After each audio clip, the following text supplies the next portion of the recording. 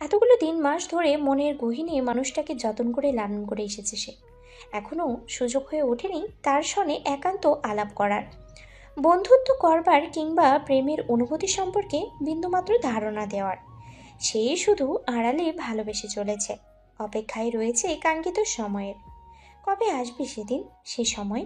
নিকর্ষকেন্দ্র রজনী, মৃদু হাওয়া বইছে চারিদিকে, দূর হতে ভেসে আসছে নিশাচর পাকপাখালির গুঞ্জন। এমন হাড় কাঁপানো পরিবেশে ভয়ানক শোনাচ্ছে এক অজ্ঞাত ব্যক্তির হাস্য কলরব। শিরায় উপশিরায় সে হাস্য কলরব ভীতি সৃষ্টি করছে। আরাম কেদারায় বসে বাম পায়ের উপরে ডান পা তুলে ঠোঁট ঠেকিয়ে রেখেছে লম্বা চিকন গ্লাস। আয়েশ করে ওয়াইনে পান করতেই চলেছে। তার পেছনে দাঁড়িয়ে কালো পোশাকধারী সুঠামদেহী কয়েকজন মানব, চোখে মুখে হিংস্রতা। কয়েক হাত দূরত্বেই এক কৃষ্ণাঙ্গ তরুণ হাত পা বাঁধা অবস্থায় স্বল্প ঘাসের আচ্ছাদনে হাঁটু গেড়ে পড়ে রয়েছে, চোখ মুখে চরম ভীতি। অক্ষিগোল সিক্ত অশ্রু কন্যায় অনবরত আকুতি মিনতি করেই চলেছে তরুণ, প্রাণ ভিক্ষা চাইছে। বাংলোর বাইরে লাগানো কৃত্রিম আলোয় সে আকুতি মিনতি দেখে হৃদয় পুলকিত হচ্ছে চেয়ারে বসে থাকা নিষ্ঠুর মানবের। ওয়াইনের গ্লাসে এক চুমুক দিয়ে সেই নিষ্ঠুর মানবের কণ্ঠ নিশ্চিত হলো বিদেশি সুরের হিম ধারালো কণ্ঠ। I hate betrayals. ডান হাতে ওয়াইনের গ্লাসে চুমুক দিয়ে বা হাতে ছোট ছোট ছাটা চুলগুলো হাত বুলিয়ে বাংলোর অন্দরমহলে প্রবেশ করছে সেই অজ্ঞাত মানব। পিছন হতে ভেসে আসছে কখন বিতারিণী চিৎকার। সেই গা কাঁপানো চিৎকারে ছুটে পালালো নিশাচর পাকপাখালির দল। আগুনের অবরণে আবদ্ধ কৃষ্ণাক্ত তরুণ, ভয়ানক উত্তপ্ত ছোঁয়ায় ঝলসে যাচ্ছে সারা কায়া। বদ্ধ হাত পা দিয়ে নিজেকে বাঁচাতে অপারগ সে। আগুনের ছোঁয়ায় ধীরে ধীরে খুশে খুশে পড়ছে মাংস, দৃশ্যমান হচ্ছে হাড্ডি। একসময় ঘাসের উপরে লুটিয়ে পড়ল পোড়া ঝলসে যাওয়া দেহ, তখনও আগুনের কর্ম চালিয়ে যাচ্ছে, ছারখার করে দিচ্ছে মানবদেহের প্রতিটি ভাঁজ। তপ্ত রৌদ্রময় দুপুর, বিন্দু বিন্দু ঘাম গড়িয়ে পড়ছে কপাল ছুঁয়ে। ডান হাতের উল্টো পিঠে সে ঘাম মুছে নিল মেয়েটি। ক্লান্ত দেহে ঠেলে এগিয়ে যেতে লাগলো রাস্তার পাশ ধরে। বরাবরের মতো পাশে রয়েছে নিহা। জিনিয়ার সাথে নেই, ওর ক্লাস আছে, তাই আচল ও নিহা ক্লাস শেষে চলে এসেছে। উদ্দেশ্য দোকানে গিয়ে কিছু নোট ফটোকপি করা। হাঁটতে হাঁটতেই কেমন একটা অনুভূত হচ্ছে আচলের। কিছু একটা ভেবে চট করে পিছু করে তাকালো। শূন্য রাস্তা, এ সময় কেউ নেই। বন্ধুকে দাঁড়িয়ে পড়তে দেখে নিহা চমকালো। কি রে, দাঁড়িয়ে পড়লি কেন? চল। দুজনের সম্পর্ক এতদিনে তুমি থেকে তুইতে রূপান্তরিত হয়েছে। আচল বন্ধুর দিকে তাকিয়ে জবাব দিল, কিছু না, চলো। হাঁটতে হাঁটতে মেয়েটির ইন্দ্রিয় কেমন একটা জানান দিচ্ছে, মনে হচ্ছে পেছনে কেউ রয়েছে, ফলো করছে কি। চট করে আবারও পিছু করে তাকালো আচল। হুম, কেউ নেই। মনের ভুল হয়তো। বিষয়টা নিয়ে আর মাথা ঘুমালো না সে। দুজনে পৌঁছে গেল দোকানে, নোট ফটোকপি করতে দিল। কৃষ্ণকালো এক রজনী, উন্মুক্ত জানালা গড়িয়ে হিমেল হাওয়া প্রবেশ করছে কক্ষে। নিত্যনত জানালার পর্দা, বাম পা জমিনে ছুঁয়ে রাখা, ডান পা ভাঁজ করে কোলে ল্যাপটপ নিয়ে কাজ করছে জাজবে। বিছানায় বসে থাকা মানুষটির সম্পূর্ণ ধ্যান জ্ঞান যান্ত্রিক পর্দায়। ড্রেসিং টেবিলের সম্মুখে দাঁড়িয়ে চুল আঁচড়াচ্ছিল আঁচল, মিটমিট করে হাসছে আর চুল আঁচড়াচ্ছে। কিছু একটা মনে পড়েছে বুঝি। হঠাৎ তার মায়াবী দৃষ্টি নিবদ্ধ হলো আরশিতে। ল্যাপটপে কর্মরত স্বামীকে দেখে হঠাৎ করেই হাসি বৃদ্ধি পেল। মস্তিষ্কে উদয় হলো দুষ্টবুদ্ধি। চিরুনি রেখে দিয়ে মেয়েটি গুটি গুটি পায়ে গিয়ে বিছানায় বসলো স্বামীর ডান পাশে। জাজবেরের কাজ তখন শেষ পর্যায়ে। পাশে প্রিয়তম স্ত্রীর উপস্থিতি অনুভব করে পুলকিত হলো হৃদয়। কাজ সম্পন্ন করে ল্যাপটপটি অফ করে বিছানায় রেখে দিল। তাকালো প্রিয়দর্শিনীর পানে। চক্ষু পর্দা দৃশ্যমান হলো স্ত্রীর হাসি হাসি মুখখানি। কি ব্যাপার বেগম জান, এত খুশি খুশি লাগছে কেন? আমাকে বলবেন না এত খুশির কারণ? বলতে পারি, তবে আপনি আবার রাগ করবেন না তো? তোমার খুশির কারণ জেনে আমি রাগ করব? ভাবলে কি করে? মুখের উপরে ডান হাত রেখে হাসি চাপানোর বৃথা চেষ্টা চালিয়ে গেল মেয়েটি। ওর কাণ্ড দেখে জাজবির বক্র হাসলো। ডান হাত বাড়িয়ে অর্ধাঙ্গিনীকে কাছে টেনে নিল, বসালো উড়ুর উপরে। আকস্মিক এহেন কাণ্ডে চমকালো মেয়েটির কোমল হৃদয়। শিরশির করে উঠল সারা কায়া। প্রশস্ত বলিষ্ঠ বক্ষপিঠে তার পিঠ ঠেকে রয়েছে। ডান কাঁধে থুতনি স্থাপন করেছে একান্ত মানুষটি। তার তপ্ত শ্বাস প্রশ্বাস আঁকিবুকি করে চলেছে কানের আশেপাশে। শক্তপোক্ত দুইটি হাতের বাঁধনে আবদ্ধ উদর। হৃদয়ের জমিনে উড়ে বেড়াতে লাগলো শত শত রঙিন প্রজাপতি। ভালো লাগা ছেয়ে গেল অন্তরস্থল। আস্তে করে উদরে রাখা অর্ধাঙ্গের দুই হাতের উপরে হাত রাখলো আঁচল। চোখ মুদিত করে অনুভব করতে লাগলো মুহূর্তটুকু। কর্ণকুহরে মানুষটির কণ্ঠস্বর পৌঁছাতেই ধ্যান ভাঙ্গনো হলো। আখি পল্লব মেলে তাকালো। এবার বলুন বেগম জান, হাসছিলেন কেন? কি হয়েছে? অতি সন্নিকটে মানুষটির মুখনিসৃত বাক্য শিরশিরানি অনুভব হলো সারা কায়া। শুকনো ঢোক গিলল, মিনমিনে গলায় বলে উঠল, আজকাল তো আমি আপনাকে সবটাই বলি, তাই না? তাই এটাও বলতে চাইছি, কিন্তু প্রতিশ্রুতি দিন, রাগ করবেন না। আচ্ছা এবার তো বলো। আজ আমায় একজন প্রপোজ করেছে। ঠিক সেই মুহূর্তে আঁচলের ডান কাঁধে অধরের উষ্ণ স্পর্শ অঙ্কন করল জাজবের। আকস্মিক সব স্তব্ধ হলো। নীরবতা ছেয়ে গেল চারিদিকে। স্বামীর নীরবতায় সঠিক কারণ বুঝতে ব্যর্থ হলো মেয়েটি।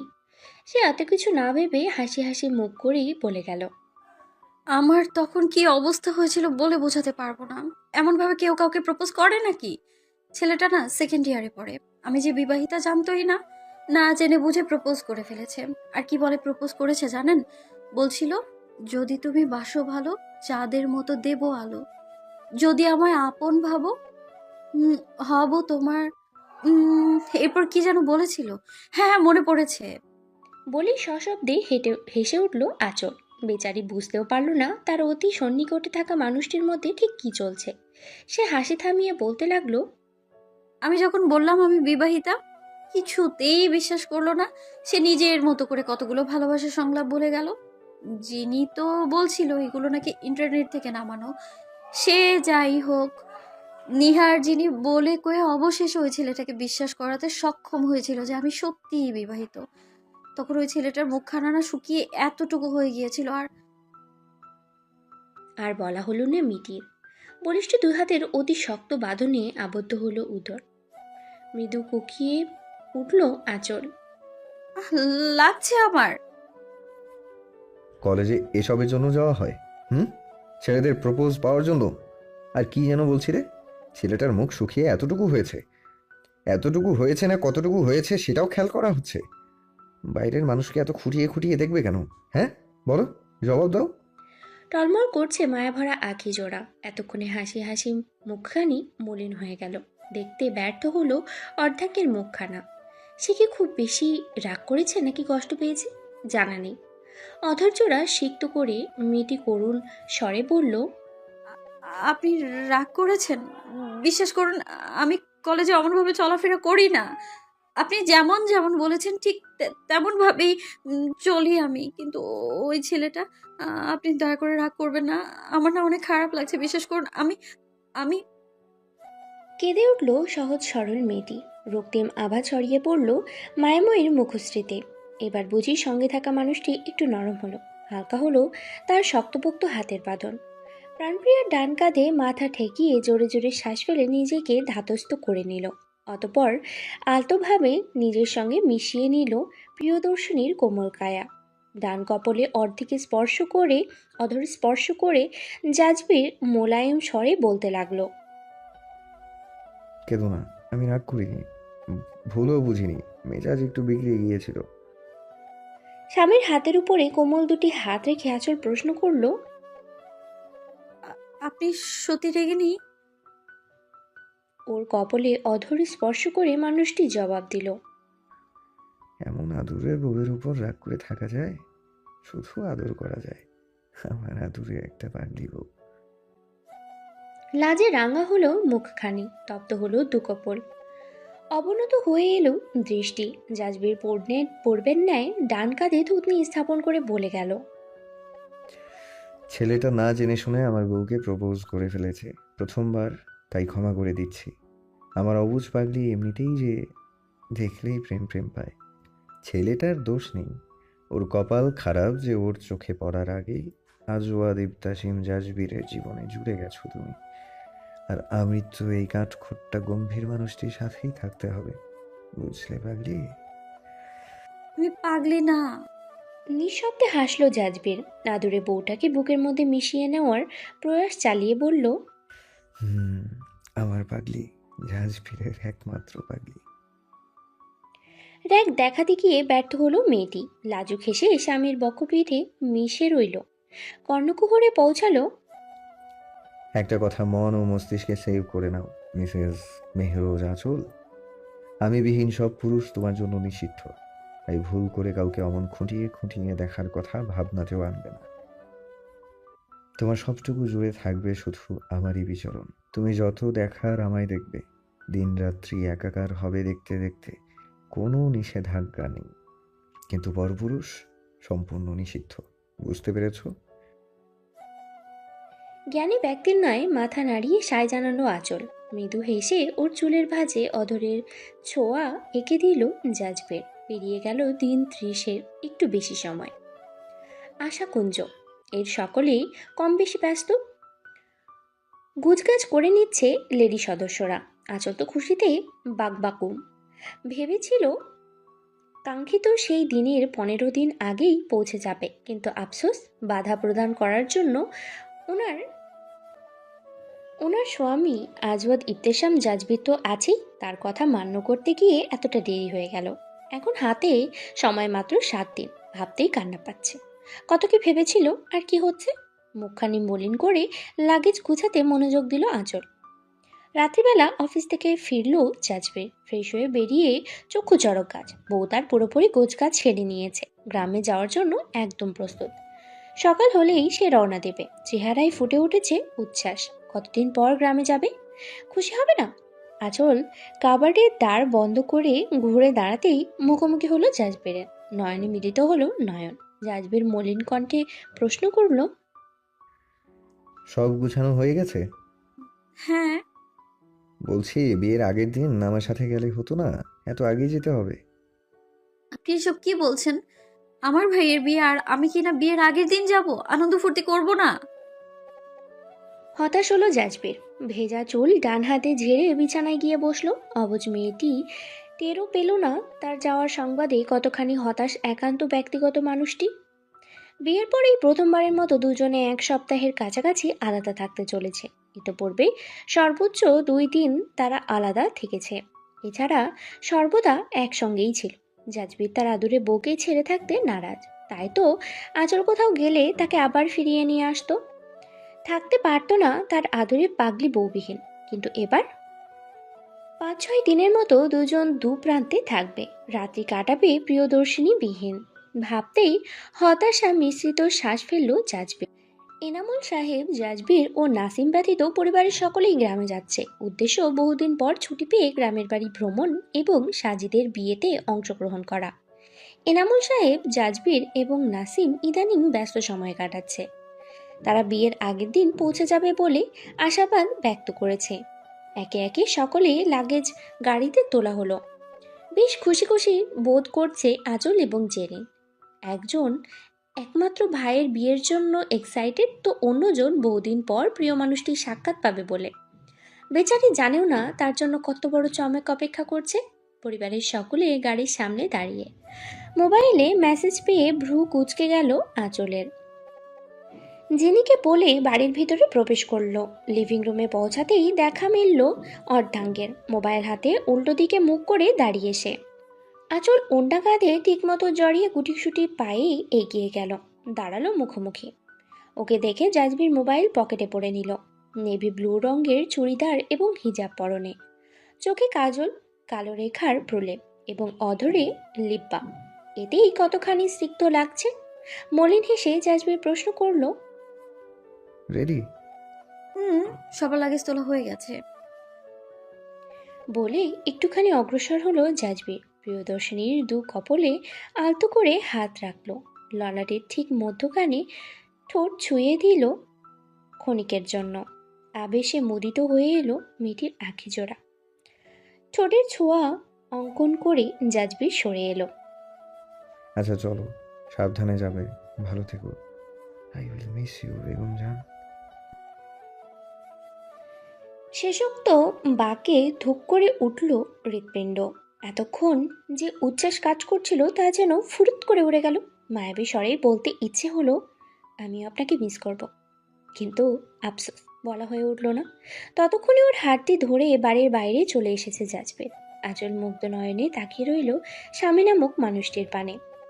পরনে কালো রঙের শার্ট, যা ইন করে রাখা, কনুয়ে তুলে রাখা 2 স্লিভ, বাম হাতে রিস্ট ওয়াচ, শার্টের বুকে ঝুলিয়ে রাখা রোদ চশমা, একদম ফর্মাল গেটআপ।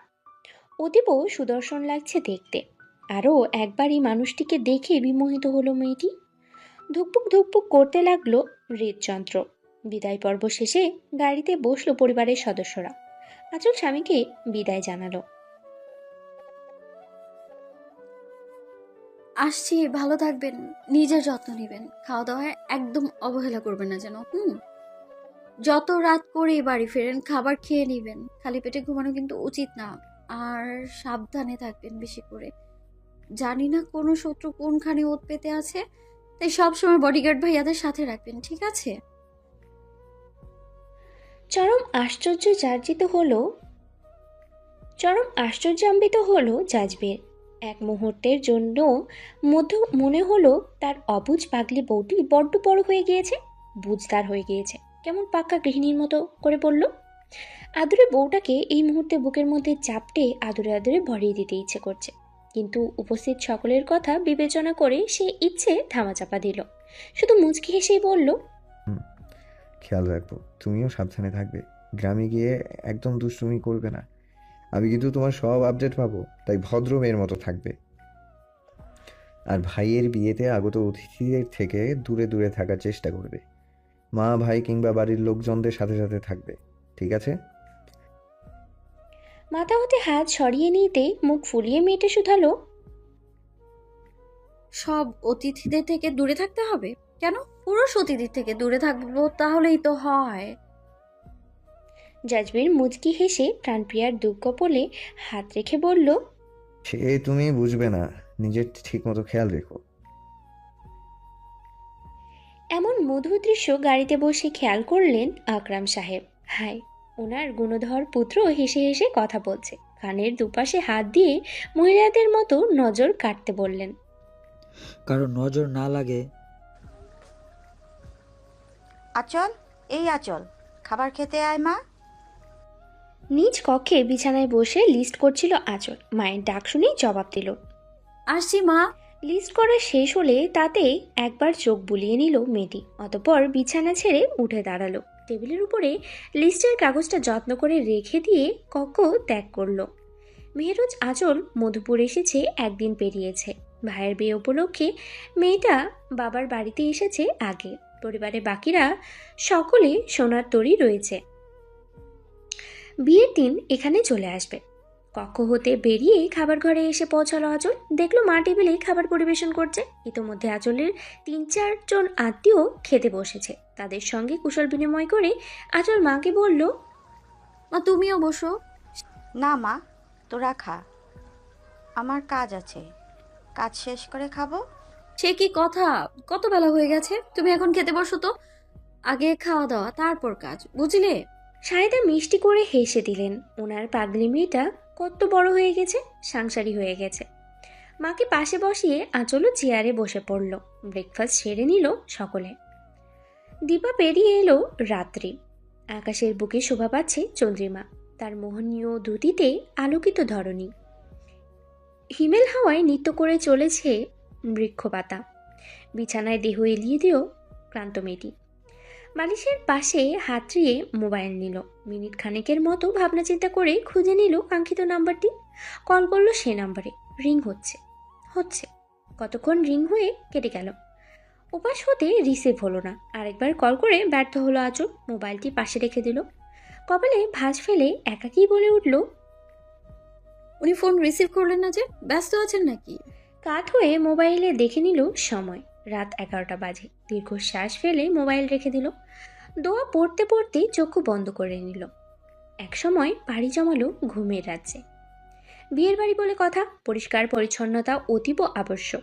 আঁচল, মণি, টুম্পা মিলেমিশে পুরো ঘর পরিষ্কার করে ফেলেছে। রুমে রুমে বিছানা চাদর পরিবর্তন করেছে টুম্পা। মণি আসবাবপত্র মুছে ফেলেছে। আর আঁচল, সে একটা ছোট্ট টুলের উপরে দাঁড়িয়ে জানালার পর্দা পরিবর্তন করছে। কনিষ্ঠ সাগরের পল্টু পর্দা হাতে ডান পাশে দাঁড়িয়ে ওর হাত থেকে পর্দা নিয়ে নিয়ে পরিবর্তন করে চলেছে মেয়েটি। সর্বশেষ রুমের পর্দা পরিবর্তন শেষে টুল হতে নেমে এলো আঁচল। কোমরে বা হাত রেখে জানালায় মুগ্ধ নয়নে তাকিয়ে রইল। ডান হাতের বৃদ্ধাঙ্গুল এবং তর্জনী একত্রিত করে বুঝালো অসাধারণ। বাহ বাবু, বহুত সুন্দর হয়েছে তো। পল্টুর কথা শুনে একগাল হেসে আঁচল সম্মতি পোষণ করলো। হ্যাঁ, বেশ মানিয়েছে। বলেছিলাম না এই পর্দাটা ভালো মানাবে। মা তো অন্য পর্দার কথা বলছিল। বাবু, মাতি হইব, তোমার পছন্দ ফার্স্ট ক্লাস আছে। ওটা ফার্স্ট ক্লাস না, ওটা ফার্স্ট ক্লাস হবে। বোকা বোকা হাসি দিয়ে মাথা চুলকাতে লাগলো পল্টু। তারা দেখিয়ে আঁচল বলে উঠল, পল্টু, এখন কথা বলার সময় নেই। চল চল দেখি ওইদিকে ওদের কি অবস্থা। রুম থেকে প্রস্থান করলো দুজনে। কাজকর্মের ফাঁকে দুপুরের খাবার খেতে বসলো আঁচল ও সাগরেদরা।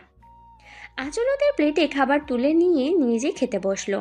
প্লেটে ভাত নিতে গিয়ে হঠাৎ হাত থেমে গেল। মনে পড়ে গেল একান্ত মানুষটির কথা। 2:30টার বেশি বেজে গেছে। উনি দুপুরের খাবার খেয়েছেন তো? ওনার তো আবার বদ অভ্যাস আছে, একবার কাজে ডুবে গেলে সময় জ্ঞান থাকেই না। খাওয়া দাওয়ার কথা বেমালুম ভুলে যান উনি। মনে করে খাবার খেয়েছেন তো? মনের ভাবনা মনেই রয়ে গেল। মলিন হলো মুখখানি। অল্প ভাত নিয়ে কোনো মতে খেয়ে নিল আঁচল। সকলের খাবার পর্ব শেষে টেবিল গুজগাছ করে তাড়াতাড়ি টেবিলের উপর থেকে মোবাইল হাতে নিল। কল করলো জাজবিনের নাম্বারে। রিং হয়ে কেটে গেল। আরেকবার কল করবে কিনা দ্বিধায় ভুগছিল। তখনই মোবাইলে নোটিফিকেশন এলো। মেসেজ এসেছে বীর সাহেব নাম্বার থেকে। খুশি খুশি মেয়েটা মেসেজ চেক করলো। হতাশ হলো ইংরেজি বর্ণে লেখা মেসেজ দেখে। আমি মিটিংয়ে আছি, পরে কল করব। অপরাহ্নের শেষ প্রহর। সোনার তরী হলরুম। আকরাম সাহেব সোফায় মুখ ফুলিয়ে বসে আছেন। ওনার পাশে চায়ের কাপ হাতে বসে রয়েছে আদরে কন্যা আঁচল। বাবা, ও বাবা, এই দেখো না তোমার প্রিয় চা, খাবে না? কে আপনি? আমি কি আপনাকে চিনি? বাবার কথা শুনে ফিক করে হেসে উঠল মেয়েটি। টেবিলের উপরে চায়ের কাপ রেখে বাবার কাছে এসে বসলো। জড়িয়ে ধরলো উনার বাম হাতটি। আদরে গলায় বলল, আমি তোমার মেয়ে, 5টা না 10টা না, একটা মাত্র মেয়ে। এবার চিনতে পেরেছো? না। সোজা সাপটা জবাব। আঁচল কণ্ঠে মাধুর্য মিশিয়ে বলতে লাগলো, ও বাবা, ভাইয়ের বিয়ে বলে কথা। আমার তো কাজ আছে, তাই তো সব সময় আসতে পারি না। আমি কি সব সময় আসতে বলেছি? শুধু বলেছি মনে করে আমাকে 3 বেলা চা খাওয়াতে হবে। এটা কি বেশি হয়ে গেছে? বাবা, সরি তো, সকালবেলা কাজ ছিল, ভুলে গেছি। এমন আদরমাখা কণ্ঠে সরি বললে অভিমান করে থাকা যায় কি? অন্তত আকরাম সাহেব পারেন না। তাই তো গলে গেলেন। মেয়ের মাথায় হাত বুলিয়ে স্নেহময় কণ্ঠে বললেন, ঠিক আছে, আর ভোলা চলবে না, নইলে আমি রাগ করব কিন্তু। আচ্ছা। ভাব হয়ে গেল বাবা মেয়ের। রুমের এক কিনারায় দাঁড়িয়ে এই দৃশ্য দেখছিল তাওসিফ ও জিনিয়া। তাওসিফ বলল, হয়ে গেল ভাব। চাচু আর ভাবিকে দেখলে মনেই হয় না এরা বাবা মেয়ে নয়, বরং শ্বশুর বৌমা। কি দারুণ বর্নিং। হ্যাঁ, মাঝে মধ্যে মনে হয় ভাবি বড় মামার মেয়ে আর ভাইয়া তার জামাতা। ঠিক করে হেসে উঠল তাওসিফ। হাই ফাইভ করলো দুই কাজের। নিকর্ষ কুঞ্জ রজনী। নিশাকর দ্রুতি ছড়িয়ে চলেছে ধরনীর বুকে। ভাবনায় মগ্ন মেয়েটি প্রবেশ করলো কক্ষে। আজ সে সোনার তরী থাকবে স্বামীর কক্ষে, এই প্রথমবারের মতন। অথচ এই ভাবনা বাদ দিয়ে অন্যমনস্ক আঁচল। জেরিনাপুর কি হয়েছে? আজকে তার দেখাই পেল না। মাথা কি বেশি ব্যথা করছে? ভাবতে ভাবতে আয়নার সামনে গিয়ে দাঁড়ালো মেয়েটি। ঘোমটা সরিয়ে অনাবৃত হলো দীঘল কালো কেশ। হুড়হুড় করে ছড়িয়ে পড়লো পিঠের ওপরে। কেশ আছড়ে নিল আঁচল। রুমের আলো নিভিয়ে শুয়ে পড়ল বিছানায়। এতক্ষণে বোধোদয় হলো। চোখ বুলিয়ে নিল অধর ঘেরা কক্ষে। মনে পড়ে গেল পুরনো কিছু স্মৃতি। গোমরা মুখ বুনো ওলের রুম এটি। সেই হিসেবে আঁচলের জন্য বাঘের খাঁচা।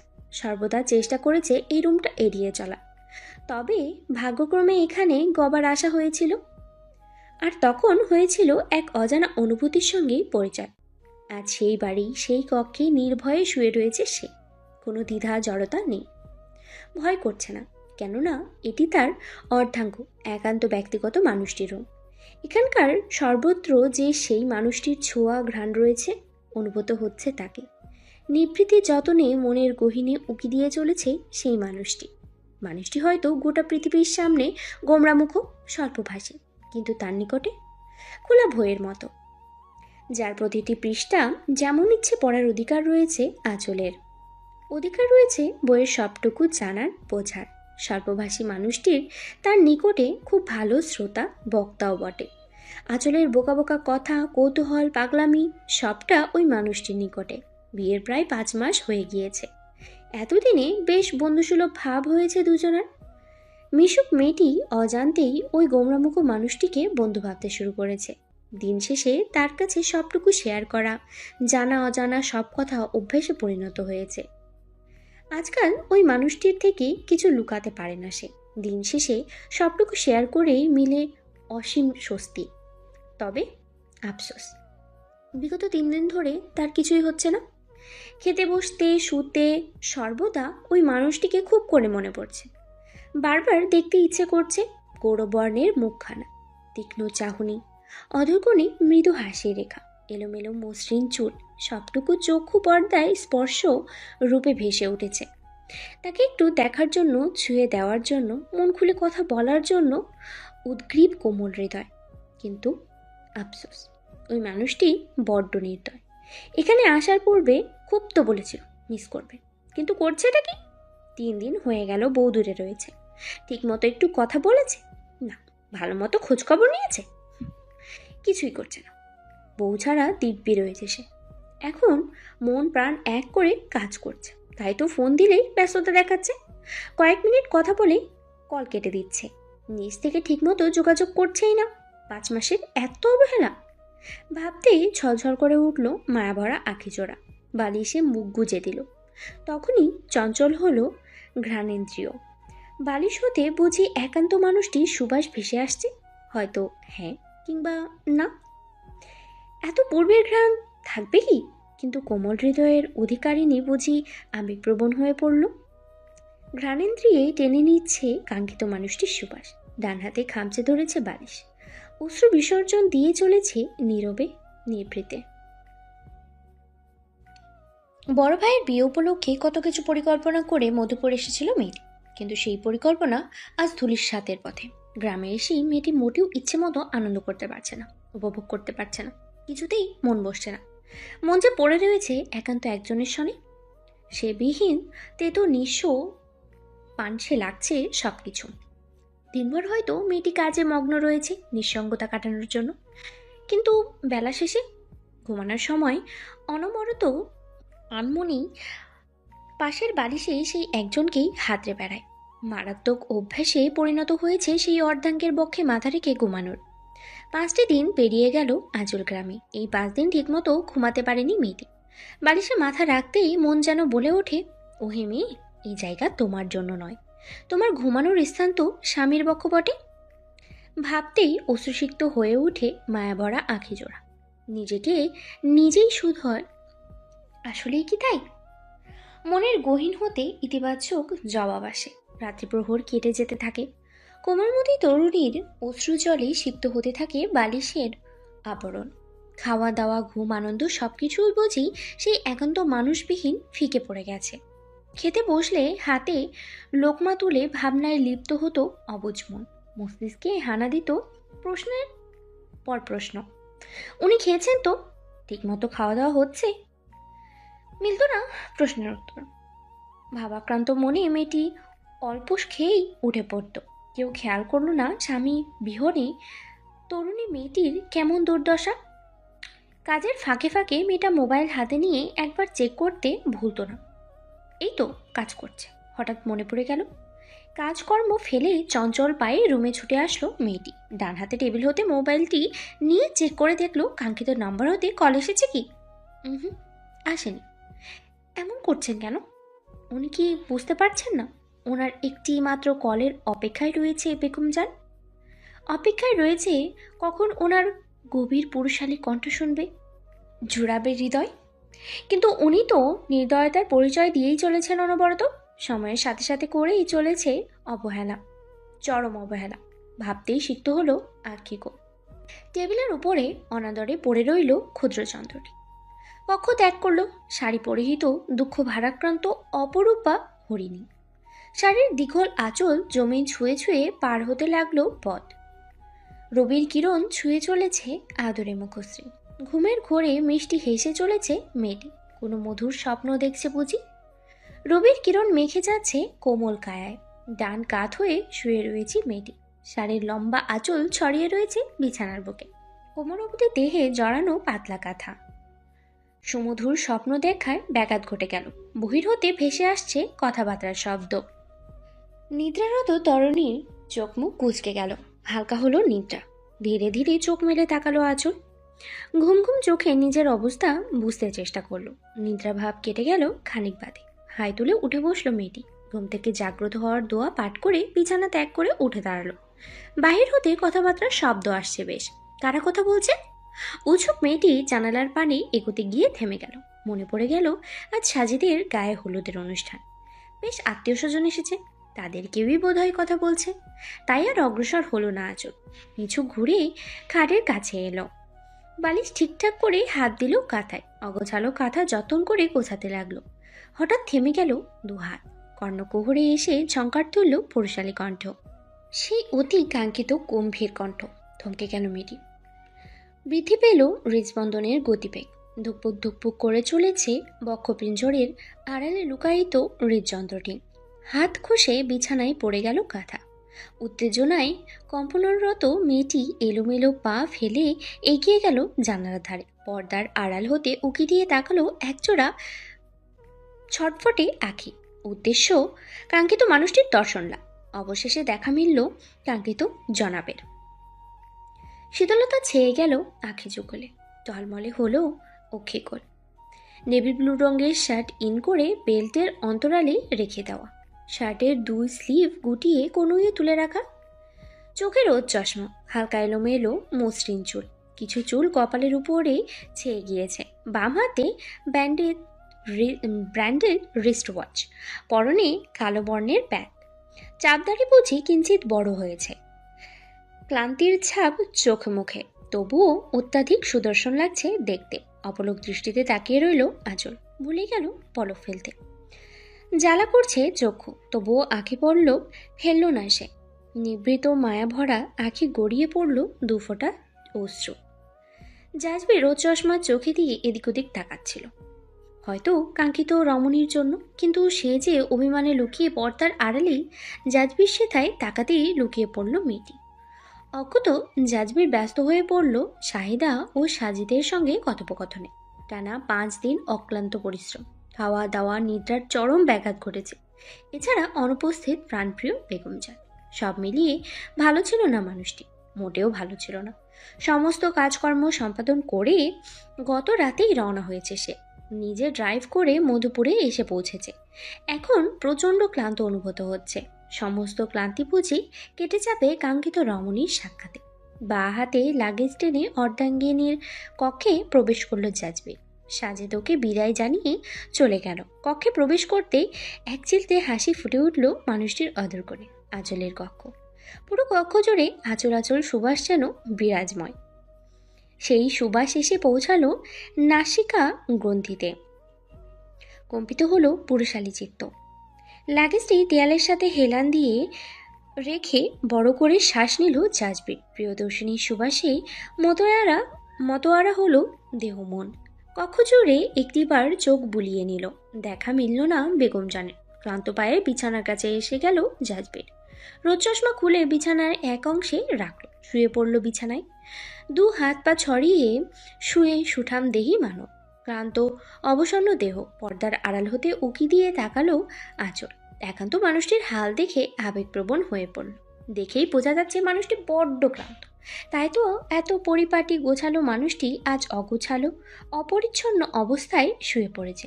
সে তো সাধারণত এমন করে না। অভিমানের পাহাড় এক পাশে রেখে গুটি গুটি পায়ে কক্ষে প্রবেশ করলো আঁচল। চোখ বন্ধ করে বড় বড় শ্বাস ফেলে প্রিয়দর্শিনীর সুবাস নাসিকা গ্রন্থিতে টেনে নিচ্ছিল জাজবে। তখনই সজাগ হলো ইন্দ্রিয়। অনুভব করলো বিড়াল পায়ে কারোর আগমন। অদর কোণে নজর কাড়া হাসি রেখা ফুটিয়ে আখি পল্লব মেলে তাকালো জাজবের। আখি পর্দায় স্পষ্ট রূপে দৃশ্যমান হলো হৃদয়হরণী অবয়ব। পুরো 5 দিন বাদে সাক্ষাৎ। মুগ্ধকর বিরামহীন চাহনিতে তাকিয়ে রইল সে। গাঢ় গোলাপি রাঙা শাড়ি দেহে জড়ানো, যার পাড় সোনালি, সাথে সোনালি রঙের ব্লাউজ, দীঘল কালো কেশ উন্মুক্ত ছড়িয়ে পড়েছে পিঠের আবরণে। চোখে মুখে পানির ছাপ। হাত মুখ ধুয়েছে বোধহয় কিছুক্ষণ পূর্বে। এখনো বিন্দু বিন্দু কণা মুখশ্রীতে লেপ্টে রয়েছে, যা চেহারার মাধুর্য বৃদ্ধি করছে শতগুণ। সদ্য ঘুম থেকে ওঠার ফোলা ফোলা চোখ মুখ, নিশাতুর চাহনিতে তাকিয়ে যাজবে। সেই চাহনি স্পষ্ট টের পেল আঁচল। তবুও চোখ তুলে তাকালো না। নিজের মতো করে স্বামীর পদযুগলের কাছে আসলো, বসলো হাঁটু গেড়ে। পায়ে হাত দিতে উদ্যত হতেই ভড়কে গেল জাজবের। পা সরিয়ে নেওয়ার পূর্বেই পায়ে হাত দিল আঁচল। আস্তে ধীরে যতন করে জুতা জোড়া খুলে ডান পাশে রাখলো। তৃপ্তিকর হাসি রেখা ফুটে উঠল জাজবেরের অতরে। এবার আলতো আদুরে হাতে মোজা খুলে জুতার ভিতরে রেখে দিল। উঠে দাঁড়ালো জুতো জোড়া হাতে।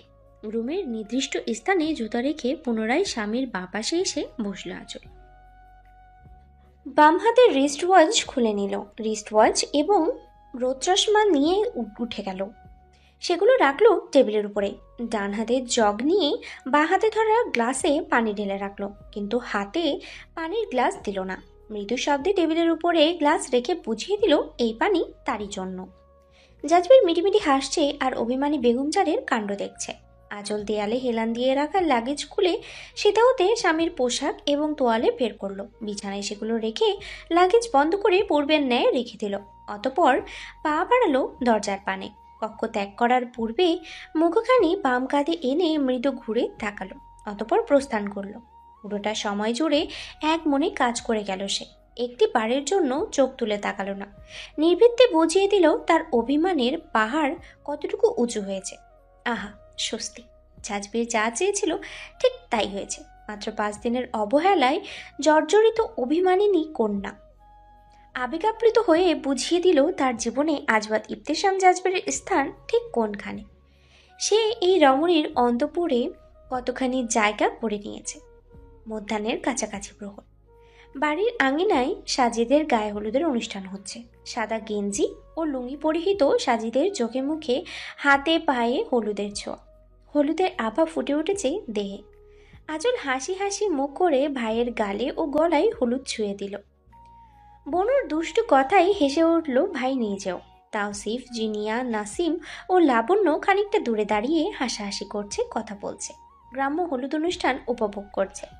জাজবের ফোনে কথা বললে একদিকটায় এলো, যোগদান করলো হলুদ অনুষ্ঠানে।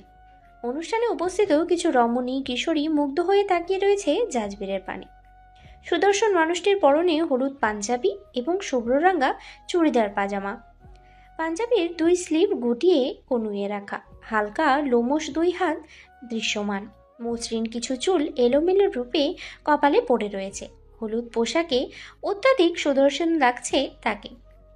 চক্ষু ফেরানো দায় হয়ে পড়েছে। তাই তো কিশোরী রমণী কেউ চক্ষু ফেরাতে পারছে না। যদিও বা আসল মানুষটি এখনো অবধি ঠিকমতো তাকালো না। বার কয়েক আর চোখে তাকিয়েছে বটে, তবে অভিমানিনীর অভিমান এখনো বিরাজমান, ঠিকমতো হ্রাস পায়নি। মুচকি হাসলো জাজবে। এত কিছুর ভিড়ে কেউ টেরও পেল না এক ক্রন্দনরত রমণী আড়ালে ছুটে পালালো সেটা হতে। অভিমানী কন্যা এতক্ষণ পালাই পালাই করেছে, তবে এবার অনুষ্ঠান শেষে ফ্রেশ হবার জন্য সেও তো আসতে হলো কক্ষে। এসেই কিছুটা অবাক হলো আঁচল। জানালা বন্ধ। রুমে আধার ভাব বিদ্যমান, যদিও বা ড্রিম লাইটের আলোয় সে আধার দূর হয়েছে অনেকাংশেই। তবে দিনের বেলা জানালা বন্ধ, রুমে ড্রিম লাইটের আলো কেমন অদ্ভুত লাগছে। সেথায় পাত্তা না দিয়ে আঁচল ওয়ারড্রোবের কাছাকাছি যেতেই বাধাপ্রাপ্ত হলো। পিছন হতে পুরুষালীর শক্ত এক হাত ধরে রেখেছে তার বাম হাতটি। এই স্পর্শ আঁচলের চেয়ে বেশ চেনা হয়ে গিয়েছে। চক্ষু বন্ধ করেও বলতে পারবে স্পর্শের মালিককে। তাই তো মৃদু কম্পিত হলো কায়া। ধীরে ধীরে অনুভব করতে লাগলো মানুষটি ওর ঠিক পিছনে এসে দাঁড়িয়েছে। তপ্ত শ্বাসেরা আঁকিবুকি করে চলেছে কাঁধে। কোমল হাতটি ধরে নিজের দিকে ঘুরে দাঁড় করালো জাজবে। চোখের পাতায় স্পষ্ট রূপে দৃশ্যমান হলো আকস্মিক মোহনীয় অবয়ব। কোমলমতি দেহে জড়ানো হলুদ বর্ণের শাড়ি। বাঙালি আটপৌরি স্টাইলে শাড়িটি দেহে জড়িয়ে রেখেছে। শাড়ির সঙ্গে মানানসই হালকা হলুদ রঙা ব্লাউজ। দীঘল কালো কেশ ছড়ে রেখেছে পিঠে। কেশ দুভাগে বিভক্ত করে মধ্যিখানে লম্বা সিঁথি। সেথায় শোভা পাচ্ছে গাঁদা ফুলের টিকলি। দোকানে গাঁদা ফুলের তৈরি প্রাকৃতিক ইয়াররিং। হাতে ফুলের মালা বাঁধা। অনামিকা আঙ্গুলে এঙ্গেজমেন্ট রিং। মায়াময় চোখ দুটো কাজলের মোটা প্রলেপে অঙ্কিত। অধরে সিঁদুর লাল লিপস্টিক। অবর্ণীয় অপসরী লাগছে। মোহাচ্ছন্ন হয়ে তাকিয়ে রইল জাজবির। ওর চাহনিতে কেঁপে কেঁপে উঠছে মেয়েলি কায়া। অবনত করে রেখেছে দৃষ্টি। ভুল করেও চোখ তুলে তাকাচ্ছে না। নেশা ধরানো এই চোখে তাকালে সুখময় মরণ যে নিশ্চিত। অগণন সময় ধরে মানুষটি নেশাতুর চাহনিতে অপ্রস্তুত হয়ে পড়ল মেয়েটি। মৃদু নড়ে নিজেকে ছাড়ানোর বৃথা চেষ্টা করলো, কিন্তু ব্যর্থ হলো। ওর পানে কিঞ্চিত ঝুঁকে গেল সুঠাম দেখি মানব। ফিসফিসিয়ে শুধালো, অভিমানী কন্যা কি খুব বেশি অভিমান করেছে তার অর্ধাঙ্গের উপর, যে মায়া ভরা চোখ দুটি তুলে তাকাচ্ছে না? একটা বারের জন্য তার সুমধুর কণ্ঠে বীর সাহেব বলে রাখছে না? সে কি জানে তার মায়া মায়া দু চোখের অতলে হারাবার জন্য অধীর আগ্রহে অপেক্ষারত এক তৃষ্ণার্থ হৃদয়? জানে না তো, তাই তো এমন নির্দয়তার পরিচয় দিচ্ছে।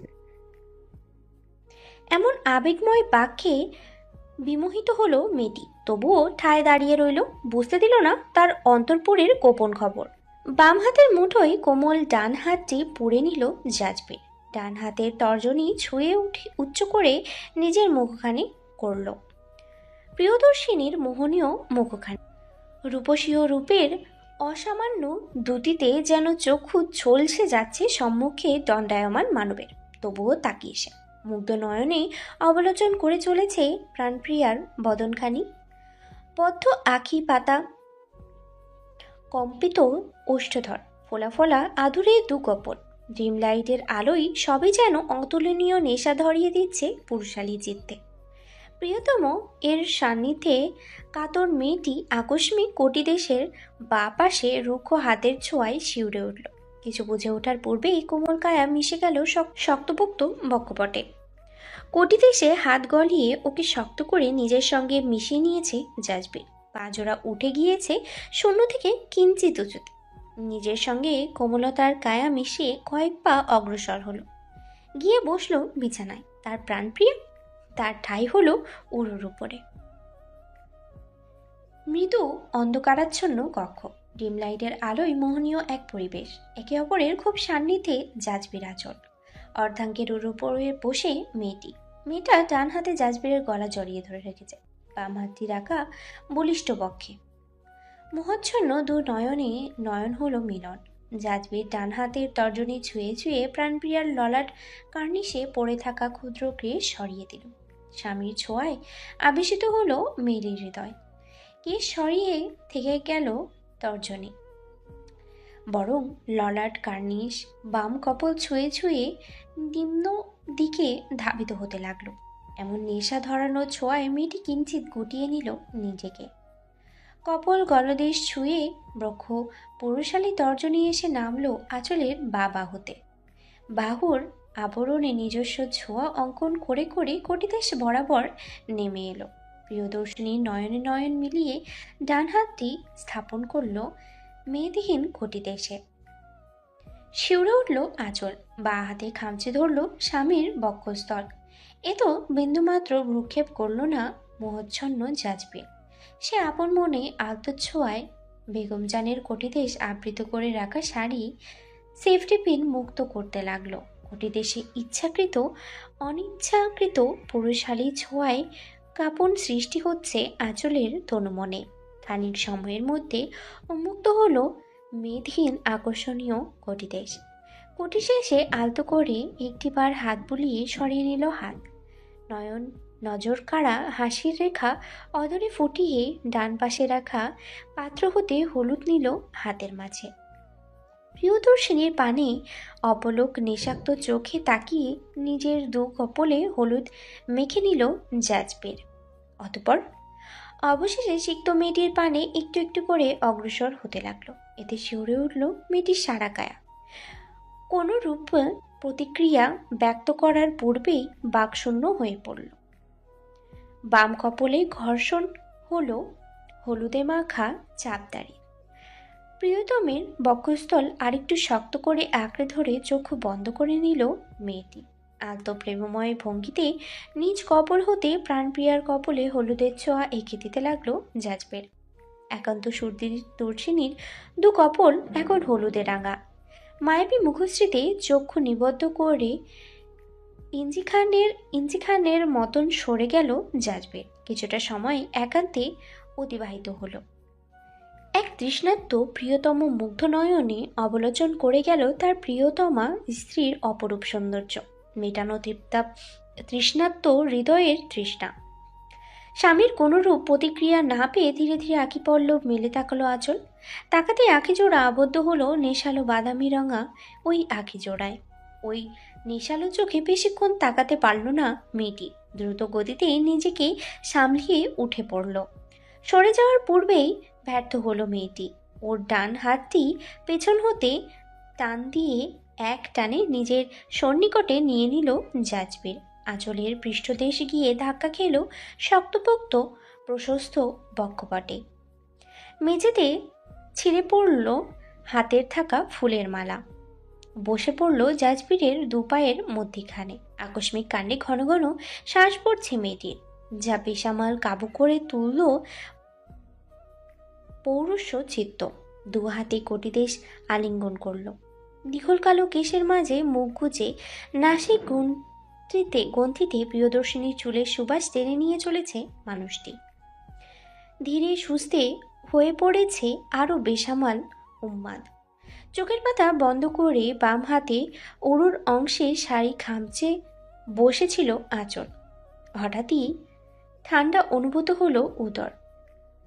উন্মুক্ত অনাবৃত অংশ হতে পুরুষালী হলদে মাখা একটি হাত আঁকিবুকি করে চলেছে অধরের এই প্রান্ত হতে সে প্রান্ত। মুখ গুছে রেখেছে আঁচলের ঘাড়ে। হলদে আভায় আচ্ছাদিত হলো উদর। মেয়েটির শির দ্বারা বারবার যেন বয়ে গেল তড়িৎ প্রবাহ। এখানেই যে নয় শেষ, আজ বুঝি সুখবর বানে ওকে মেরেই ফেলবে উন্মাদ প্রিয়তম। হাতে হলুদ ছুঁয়ে সে হলুদে মাখা হাতের স্পর্শে রঙ্গিত করতে লাগলো আঁচলের গলা হতে সামান্য নিম্নস্তরে। সেই সঙ্গে উন্মুক্ত ঘাড়ে একের পর এক অধর স্পর্শ করে চলেছে বেসামাল মানুষটি। চোখ বুঝে আঁচল। বেসামাল অবিরাম স্পর্শে অস্ফুট স্বরে গঙ্গিয়ে উঠল মেয়েটি।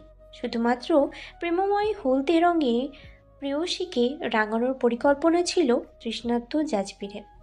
কিন্তু এতখানি সন্নিকটে আদরে প্রিয়তমাকে কাছে পেয়ে নিজের উপরে নিয়ন্ত্রণ হারিয়ে বসল সে।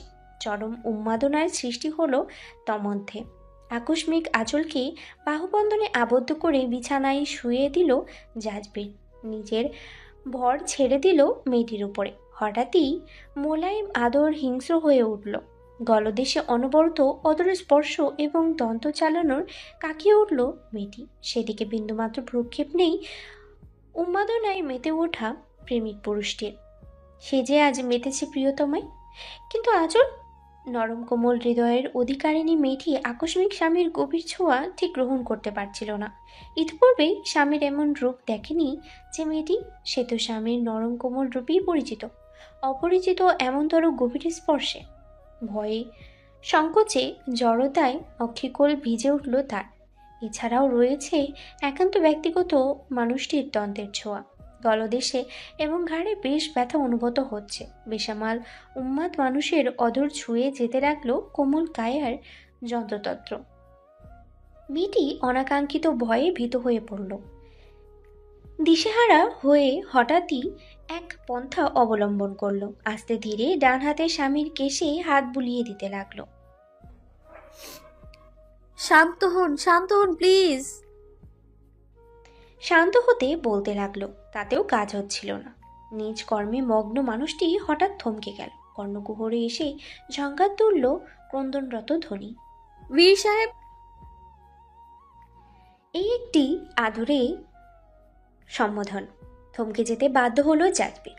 এই ডাকটিকে যে সে কিছুতেই উপেক্ষা করতে পারে না, বড্ড প্রিয় যে তার।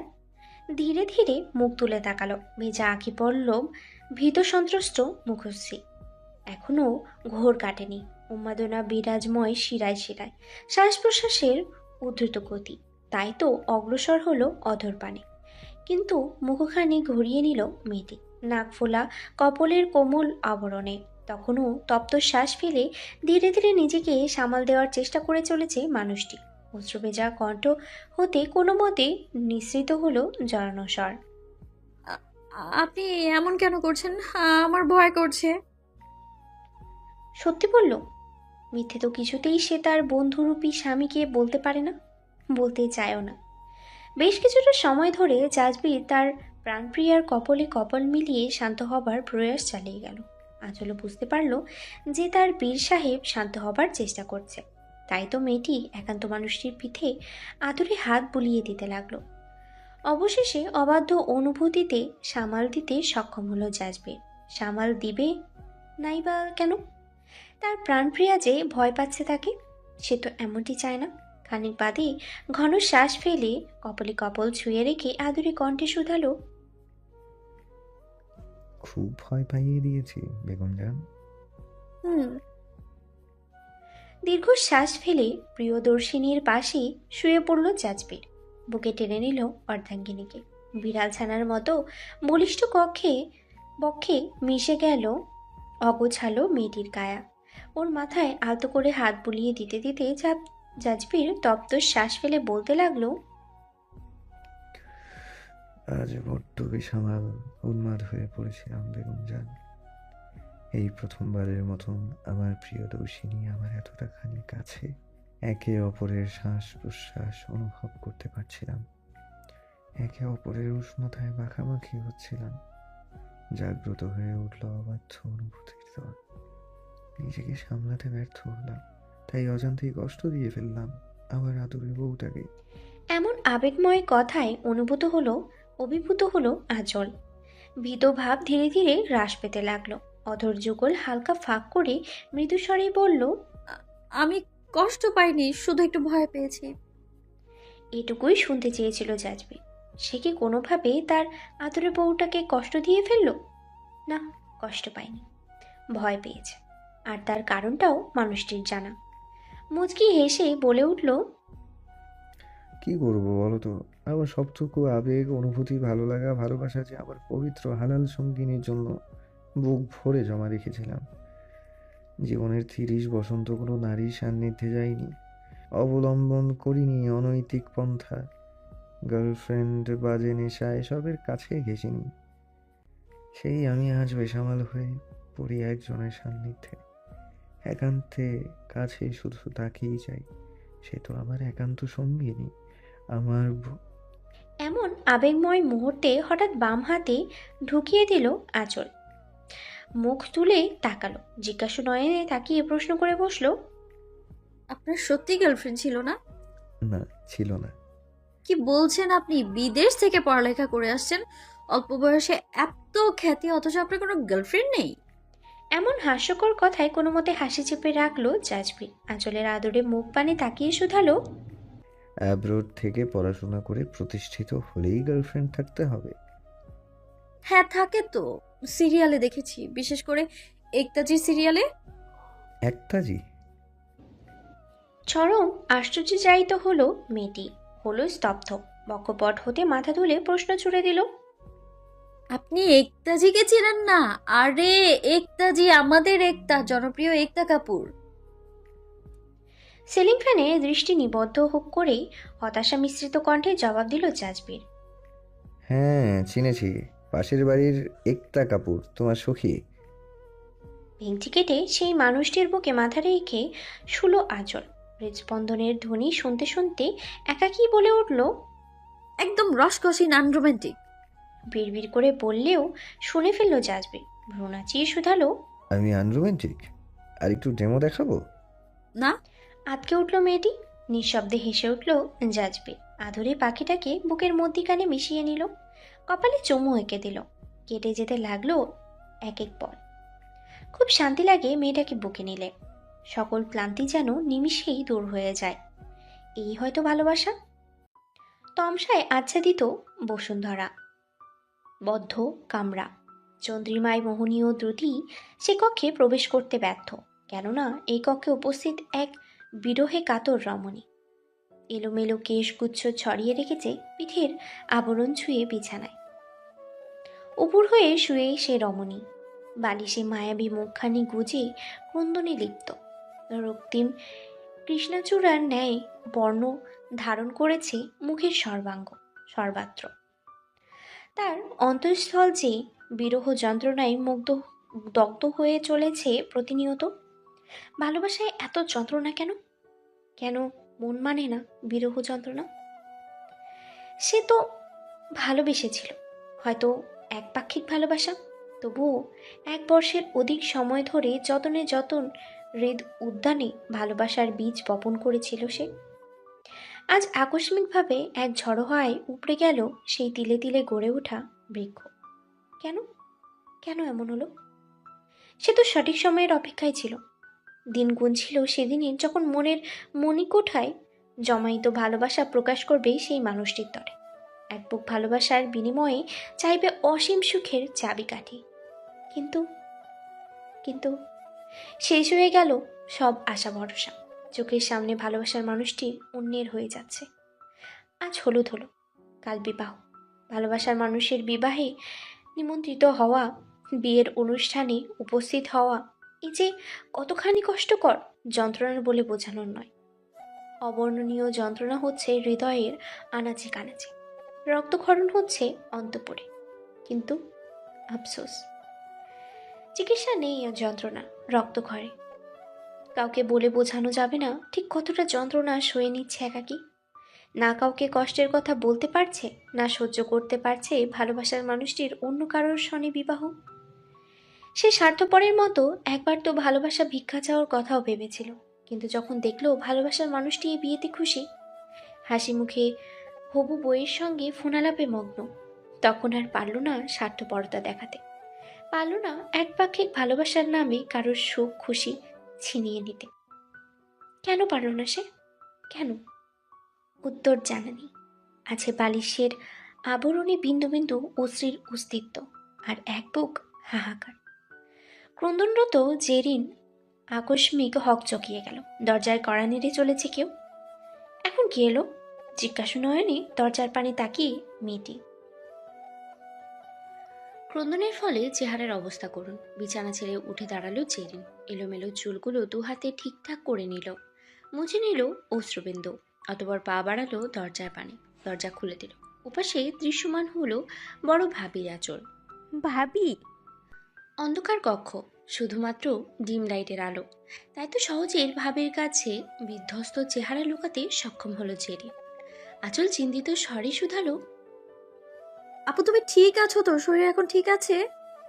ভাবি চিন্তা করো না, আমি ঠিক আছি। সত্যি বলছো? হুম।